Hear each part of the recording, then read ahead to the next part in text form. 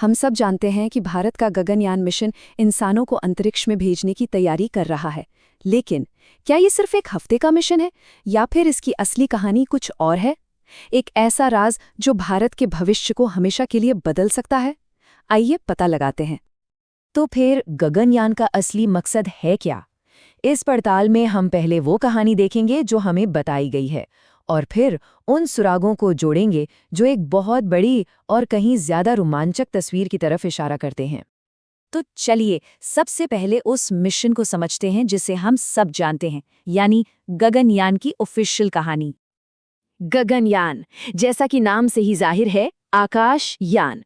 ये भारत का पहला ह्यूमन स्पेस फ्लाइट प्रोग्राम है। इसका सीधा सा लक्ष्य है 3 एस्ट्रोनॉट्स के क्रू को पृथ्वी से 400 किलोमीटर ऊपर ऑर्बिट में भेजना, जहां वो 7 दिन बिताएंगे और फिर सेफ्टी के साथ वापस धरती पर लौट आएंगे। इस मिशन को अंजाम देगा इसरो अपने सबसे ताकतवर रॉकेट LVM-3 के जरिए।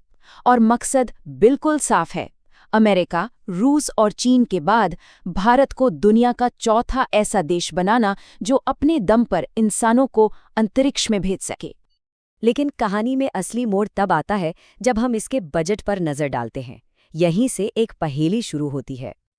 देखिए, 2018 में जब इस प्रोग्राम को हरी झंडी मिली तो इसका बजट तय हुआ था 10,000 करोड़ रुपए। रकम बड़ी थी पर एक तय मिशन के लिए। लेकिन हाल ही में ये बजट दोगुने से भी ज्यादा होकर 20,000 करोड़ के पार पहुंच गया। अब सवाल ये उठता है कि अचानक इतने ज्यादा पैसों की जरूरत क्यों पड़ गई? और बस इसी सवाल में छिपा है असली जवाब।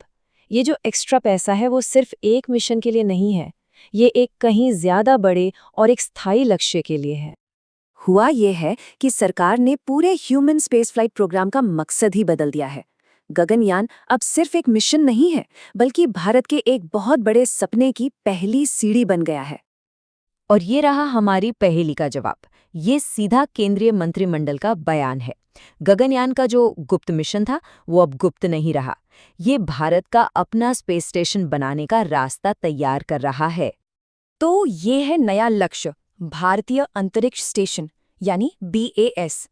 आसान भाषा में कहें तो अंतरिक्ष में भारत का अपना घर, एक परमानेंट रिसर्च लैब जहां हमारे वैज्ञानिक लंबे समय तक रहकर एक्सपेरिमेंट्स कर सकेंगे। ओके, तो अब सवाल ये है कि गगनयान की शुरुआती उड़ानें इस नए बड़े लक्ष्य को पूरा कैसे करेंगी?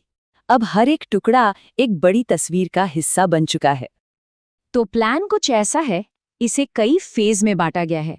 पहले 4 मिशन तो सिर्फ गगनयान की टेक्नोलॉजी को टेस्ट और प्रूव करेंगे।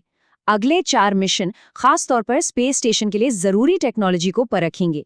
और ये सब कुछ जाकर मिलेगा BAS-1 यानी स्टेशन के पहले मॉड्यूल के लॉन्च पर। तो सबसे बड़ी बात जो समझने की है वो ये कि गगनयान का मतलब ही बदल गया है।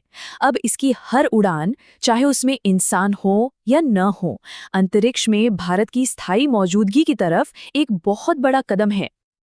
अच्छा, एक स्पेस स्टेशन के लिए सिर्फ टेक्नोलॉजी ही नहीं, एक नए किस्म के एस्ट्रोनॉट्स भी चाहिए।